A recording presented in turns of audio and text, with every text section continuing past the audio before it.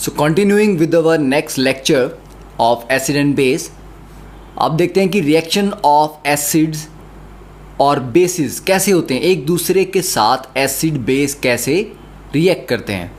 तो बहुत सिंपल सा कॉन्सेप्ट है, आप सब ने ये पढ़ा हुआ है कि जब भी हम एसिड को बेस के साथ ट्रीट करते हैं वो आपस में न्यूट्रलाइज करते हैं। मतलब एसिड के कैरेक्टर को बेस क्या करता है, कैंसिल करता है, और बेस के कैरेक्टर को एसिड कैंसिल करते हैं। तो ये दोनों एक दूसरे को न्यूट्रलाइज करते हैं और न्यूट्रलाइज करने पे जो बनता है that is salt plus water. For example acid ले लेते हैं हम, एक strong acid HCl plus base ले लेते हैं strong base NaOH, sodium hydroxide. तो यहाँ पर क्या होगा, NaOH में Na पॉजिटिव OH नेगेटिव ये दो आयंस बनेंगे पानी में, और HCl पानी में जाके H positive plus Cl negative में ब्रेक होगा। तो पहले वाला जो मॉलिक्यूल है इसका कैटायन मतलब पॉजिटिव पार्ट H पॉजिटिव दूसरे के नेगेटिव पार्ट के साथ दैट इज OH नेगेटिव के साथ कंबाइन करता है। तो H positive plus OH negative क्या बनेगा, वाटर। और इसका जो नेगेटिव पार्ट है पहले मॉलिक्यूल का वो दूसरे के पॉजिटिव के साथ, मतलब आपस में ये अपने पॉजिटिव नेगेटिव एक्सचेंज कर लेते हैं। तो ये Cl नेगेटिव इस Na पॉजिटिव के साथ कंबाइन करके बनाता है NaCl विच इज़ सॉल्ट। तो ये होता है generally most of acid base reaction में कि आपको एक सॉल्ट मिलेगा प्लस वाटर मिलेगा। अब इसको हम एक्टिविटी के थ्रू समझने की ट्राई करते हैं। Activity number 2.6 of NCERT। अब इसमें कहा गया है कि take about 2 ml of dilute NaOH solution. तो NaOH का मतलब है कि ये बेसिक सॉल्यूशन ले रहे हैं हम एक टेस्ट ट्यूब में, and add 2 drops of phenolphthalein solution. ठीक है, फिनोफ्थलीन का बेसिक मीडियम में कलर क्या होता है, पिंक। बेसिक मीडियम में फिनोफ्थलीन आप डालेंगे तो वो पिंक कलर देगा। अब धीरे धीरे add dilute HCl solution to the above solution drop by drop. ठीक है, now is there any colour change for the reaction, why did the colour of phenolphthalein change. अब देखते हैं कि यहां पर हुआ क्या। देखो नाउ दिस पर्टिकुलर डायग्राम ये हमें बताता है, अगर हम यहां राइट से स्टार्ट करें, ठीक है, इसको आप A ले ले, इसको B ले लें और इसको C। A में क्या है, हमारे पास सॉल्यूशन यहां पर बेसिक है। तो बेसिक सॉल्यूशन में फिनोफ्थलीन हमने ऑलरेडी डाल रखा है, तो सॉल्यूशन का कलर हो गया पिंक।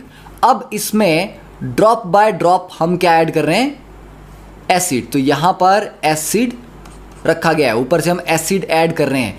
एसिड ऐड करने पे क्या होगा, सॉल्यूशन की बेसिसिटी कम होगी, बेस को न्यूट्रलाइज करेगा। जैसे ही जितना भी बेस इस सॉल्यूशन में था वो कंप्लीटली न्यूट्रलाइज हो गया, तब क्या हो जाएगा, वो कलरलेस होगा। तो यहां देखो पिंक कलर था, पिंक से धीरे धीरे कलर डिसअपीयर हो रहा है, और यहां पर ये कंप्लीटली डिसअपीयर हो चुका है। मींस यहां पर सॉल्यूशन हमारा कैसा हो गया है, एसिडिक। ठीक है, तो इस तरह के चेंजेस होंगे कि बेसिक में पिंक होगा, धीरे धीरे एसिड ऐड करते रहेंगे तो वो कलरलेस होगा। अब now add a few drops of NaOH to the above mixture. अब फिर से ये जो C में मिक्सचर है इसमें कुछ और NaOH बेस और ऐड कर देंगे। अब वो जो बेस ऐड करेंगे वो इस एसिड को न्यूट्रलाइज करके फिर से बेसिक कर देगा। तो वापस does the pink colour of phenolphthalein reappear, yes, phenolphthalein की वजह से जो पिंक कलर आ रहा था दैट विल रीअपियर, फिर से आ जाएगा। Why do you think this has happened, क्यों, क्योंकि पहले बेस में आप एसिड डालते रहे। ठीक है, तो इसको ऐसे समझ लो कि बेस के आपके पास 100 मॉलिक्यूल्स हैं, उस पर आप एसिड डालते रहे। जैसे ही एसिड के भी 100 हो गए तो एसिड के 100 बेस के 100 पूरी तरह एक दूसरे को न्यूट्रलाइज कर गए। ठीक है, ये मान लेते हैं। तो यहां पर आपका सॉल्यूशन आ गया न्यूट्रल। जैसे ही न्यूट्रल हुआ पिंक से वो क्या हो गया, कलरलेस। अब न्यूट्रल में आपने फिर से बेस डाल दिया तो सॉल्यूशन फिर से बेसिक हो गया। ठीक है, तो इस पर्टिकुलर डायग्राम में, सेकेंड डायग्राम में देखिए अगर हम, तो pH इज इक्वल टू 7 का मतलब है अभी के लिए समझ लो कि this is neutral, 10 this is basic. तो फिनोफ्थलीन बेसिक सॉल्यूशन में पिंक कलर में रहता है और न्यूट्रल में या एसिडिक में कलरलेस रहता है। अब देखते हैं कि एक्चुअल यहाँ पर रिएक्शन होता क्या है। जब भी एसिड और बेस आपस में रिएक्ट करते हैं क्या होता है, ठीक है। अब ये जो पार्ट है दिस इज़ वेरी इंपॉर्टेंट क्योंकि ये एनसीईआरटी में मेंशन्ड नहीं है। जैसे मैंने कहा आपको कि HCl लिया प्लस उसमें NaOH ऐड किया, तो ये क्या बना, NaCl प्लस वाटर।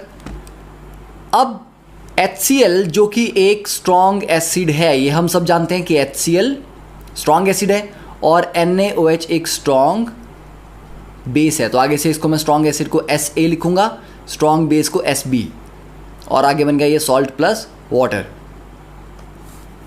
जब आप HCl को पानी में डालते हो तो क्या होता है, वो बेसिकली H पॉजिटिव और Cl नेगेटिव आयंस में टूट जाता है।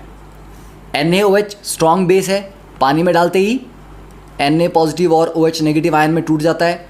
और NaCl, घर में जब आप नमक को पानी में डालते हैं तो बेसिकली NaCl पूरी तरह से डिसॉल्व हो जाता है क्योंकि वो टूट जाता है अपने आयंस में Na पॉजिटिव और Cl नेगेटिव में, ठीक है। अब देखो एरो के लेफ्ट साइड, मतलब ये जो साइड है ये रिएक्टेंट वाली साइड है और ये वाली जो साइड है this is the product side. Reactant वाली साइड में भी Cl नेगेटिव है, प्रोडक्ट में भी है, कैंसिल हो गए क्योंकि सेम स्पीशीज लेफ्ट और राइट दोनों में होगी तो उसको कैंसिल कर सकते हैं। Na पॉजिटिव रिएक्टेंट में भी है, प्रोडक्ट में भी है, कैंसिल हो गया। पर H पॉजिटिव प्रोडक्ट में नहीं है, रिएक्टेंट में है। OH नेगेटिव प्रोडक्ट में नहीं है। तो बेसिकली ये रिएक्शन अल्टीमेटली क्या है, Na पॉजिटिव और Cl नेगेटिव तो कैंसिल हो रहे हैं, तो अल्टीमेटली ये रिएक्शन क्या है, H positive plus OH negative gives you H2O, ठीक है। ऐसे ही कोई और एग्जांपल ले लो, जैसे कि H2SO4। H2SO4 पानी में जाके देखो, नॉर्मल अगर आपको दें कि H2SO4 प्लस 2NaOH, ये न्यूट्रलाइज करके बनाते हैं Na2SO4 प्लस 2H2O, ठीक है। मतलब H2SO4 के दोनों हाइड्रोजन सोडियम ने रिप्लेस कर दिया, मतलब इसका ये H पॉजिटिव था तो इसके पॉजिटिव की जगह दूसरे का पॉजिटिव आ गया, Na पॉजिटिव यहाँ पर आ गया, तो दो हाइड्रोजन की जगह दो सोडियम आ गए, तो Na2SO4, और ये दो H दो OH के साथ मिल गए तो दो वाटर बन गए। अब H2SO4 भी एक स्ट्रॉन्ग एसिड है, NaOH स्ट्रॉन्ग बेस है, तो H2SO4 पानी में जाके क्या बनेगा, दो H पॉजिटिव अलग हो जाएंगे और एक SO4 2 नेगेटिव आयन अलग हो जाएगा। दो NaOH हैं तो दो Na पॉजिटिव और दो OH नेगेटिव में टूट जाएगा। Na2SO4 सॉल्ट है, सॉल्ट भी पानी में जाके ये पूरी तरह आयनाइज हो जाता है, तो ये दो Na पॉजिटिव और SO4 2 नेगेटिव में टूट जाएगा प्लस 2 H2O, तो ये दो Na पॉजिटिव लेफ्ट राइट में कैंसिल, सल्फेट सल्फेट कैंसिल, क्या बचा, दो OH पॉजिटिव प्लस दो OH negative gives you 2 water molecule. तो जो एक्चुअल रिएक्शन है 2H positive plus 2 OH negative gives you 2 H2O। ये इंपॉर्टेंट पार्ट है, अभी आप इसको समझ लेंगे तो 11th में आपको डेफिनेटली चीज़ें ज़्यादा इजीली समझ आएंगी, क्योंकि आपको पता है कि जब भी एक स्ट्रॉन्ग एसिड एक स्ट्रॉन्ग बेस के साथ रिएक्ट करता है तो जो एक्चुअल रिएक्शन हो रहा है वो किसके बीच में हो रहा है, H पॉजिटिव और OH नेगेटिव। जहाँ पर H पॉजिटिव कहाँ से आ रहे हैं, एसिड से आ रहे हैं, OH नेगेटिव आ रहे हैं बेस से, ठीक है। तो कोई भी स्ट्रॉन्ग एसिड बेस रिएक्शन होगा वो एक्चुअली यही रिएक्शन होगा, that is the combination of H positive ions with the OH negative ions to produce water molecules, ठीक है। तो ऐसे आप और भी रिएक्शन और भी एग्जांपल्स कर सकते हैं। तो लेफ्ट राइट के आयंस कट जाएंगे, तो ये जो आयंस कैंसिल हो जाते हैं जो दोनों तरफ होते हैं इनको बोलते हैं स्पेक्टेटर आयंस, ठीक है। ये सिर्फ मैच देखने आए, इनका कोई रोल नहीं है, क्योंकि यहाँ भी हैं ये वहाँ भी हैं तो ये कैंसिल हो जाते हैं, ठीक है। तो इनका कोई एक्चुअल पर्पस नहीं है, they don't undergo any change during the reaction, ठीक है। तो इतना पार्ट क्लियर है। अब इसकी इम्प्लीकेशंस क्या होंगी वो आप 11th में खुद समझेंगे जब आयनिक इक्विलिब्रियम नाम का चैप्टर आएगा।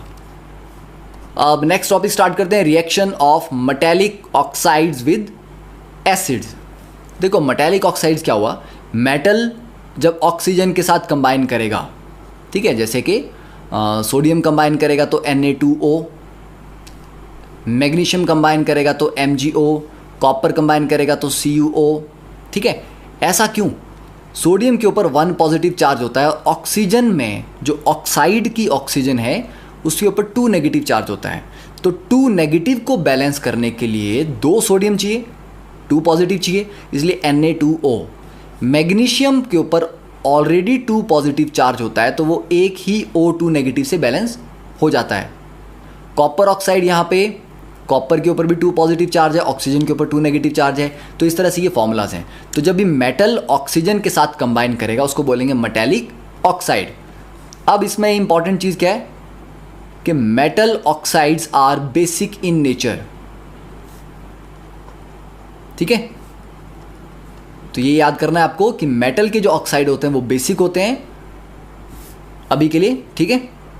अब बेसिक ऑक्साइड्स हैं इसीलिए तो एसिड के साथ रिएक्ट करते हैं, क्योंकि कोई भी बेस होगा वो एसिड के साथ रिएक्ट करेगा, ठीक है। तो फॉर एग्जांपल अगर हम रिएक्शन देखें यहाँ पे, जैसे कि कॉपर ऑक्साइड का ले लें हम, तो कॉपर ऑक्साइड प्लस H2SO4, तो दोनों के क्या करने हैं, आयंस इंटरचेंज कर देने, ठीक है। यहाँ पर कैटायन है कॉपर 2 पॉजिटिव, यहाँ पर कैटायन है H पॉजिटिव, तो कॉपर को उधर भेज दो, H को यहाँ ले आओ, तो ये H2 यहाँ आ गए, कॉपर इधर चला जाएगा, तो कॉपर चला जाएगा आपका राइट में, ये 2 H आ जाएंगे यहाँ पे, तो ये क्या बन जाएगा CuSO4 और H2O के साथ लग गए तो बन गया वाटर।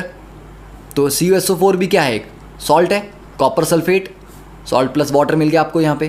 तो ये कॉपर ऑक्साइड जो है ये एज अ बेस यहाँ पर काम कर रहा है, क्योंकि मेटल के ऑक्साइड बेसिक होते हैं और ये एसिड है, ठीक है। और आप एग्जांपल ले सकते हो जैसे मैग्नीशियम ऑक्साइड, तो मैग्नीशियम ऑक्साइड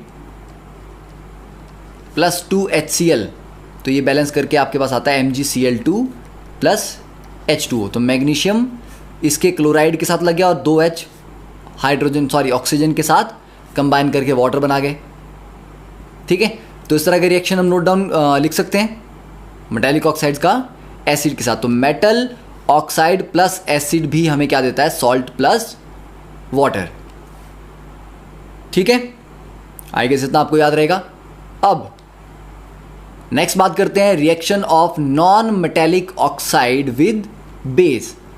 अब एक पॉइंट था कि अगर मेटल के ऑक्साइड एसिडिक हैं तो मेटल के ऑक्साइड बेसिक हैं, तो नॉन मेटल के oxides are acidic in nature. तो ये एसिडिक हैं इसीलिए ये बेस के साथ कंबाइन करते हैं। तो नॉन मेटेलिक ऑक्साइड कौन हुए, जो नॉन मेटल ऑक्सीजन के साथ कंबाइन करता है, तो non metallic oxide. Non metal जैसे कार्बन है, सल्फर है, देन और एक एग्जांपल इससे आप फॉस्फोरस का एग्जांपल ले सकते हैं, ठीक है।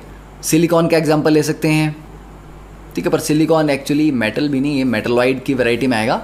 तो कार्बन का ऑक्साइड लेंगे तो CO2 है, सल्फर का एग्जांपल लें तो SO2 भी है, SO3 भी है। कार्बन का वैसे कार्बन मोनो ऑक्साइड भी होती है CO, but CO is neutral in nature, वो एसिडिक नहीं है, इसलिए उसका एग्जांपल नहीं लिया। फॉस्फोरस का P2O3 है, P2O5 है, देन नाइट्रोजन है, नाइट्रोजन का N2O3 ले लो, N2O5 है, NO2 है, ठीक है। तो इस तरह से ये कुछ एग्जांपल्स हैं, कुछ एग्जांपल। क्लोरीन ले लो, क्लोरीन भी एक नॉन मेटल है, तो Cl2O7। तो ये सारे के सारे क्या हैं, नॉन मेटल ऑक्सीजन के साथ कंबाइन कर रहे हैं, ठीक है। तो these are all acidic oxides. तो एसिडिक ऑक्साइड्स हैं इसलिए किसके साथ कंबाइन करेंगे, बेस के साथ रिएक्ट करेंगे। तो रिएक्शन करवा दो, CO2 एसिडिक ऑक्साइड है, बेस ले लेते हैं हम यहाँ पर NaOH ले लेते हैं, ठीक है। तो यहाँ पर क्या होगा, यहाँ पर बनेगा salt, that is sodium carbonate Na2CO3। तो 2 सोडियम है तो ये 2 NaOH, कार्बन 1 है, 3 ऑक्सीजन है और 2 हाइड्रोजन है, तो ये बन जाएगा H2O। तो देखो 2 hydrogen balance, 1 carbon, oxygen is 3 + 1 4, तो 2 + 2 4, इट्स अ बैलेंस्ड इक्वेशन। तो ये बन गया आपके पास CO2 एसिडिक ऑक्साइड था, ये बेसिक है, this is salt plus water. ठीक है, तो ये भी acid plus base gives you salt plus water. ठीक है, तो इस तरह के और एग्जांपल्स आप ढूंढ सकते हैं। ठीक है, जस्ट गूगल के acidic oxide reaction with base. तो इसमें कुछ और एग्जांपल जैसे ले सकते हैं हम। चलो कार्बन डाइऑक्साइड का अगर हम ले लें फिर से, NaOH की जगह 2KOH, that will become K2CO3 + H2O। Similarly यहाँ पर फिर उसके बाद हम ले सकते हैं जैसे SO2 है, sulphur dioxide plus calcium hydroxide. ठीक है, that will be CaSO3 + H2O। फिर CO2 को ले लेकर हम कैल्शियम हाइड्रोक्साइड के साथ, तो ये तो हमने रिएक्शन अभी थोड़ी देर पहले पढ़ा भी है, आई थिंक प्रीवियस लेक्चर में पढ़ा है। This will form calcium carbonate CaCO3 + H2O। तो दीज आर सम एग्जाम्पल्स। ठीक है, so just recently I had a chance to review this particular book, yellow bird publication, chemistry for the class 10।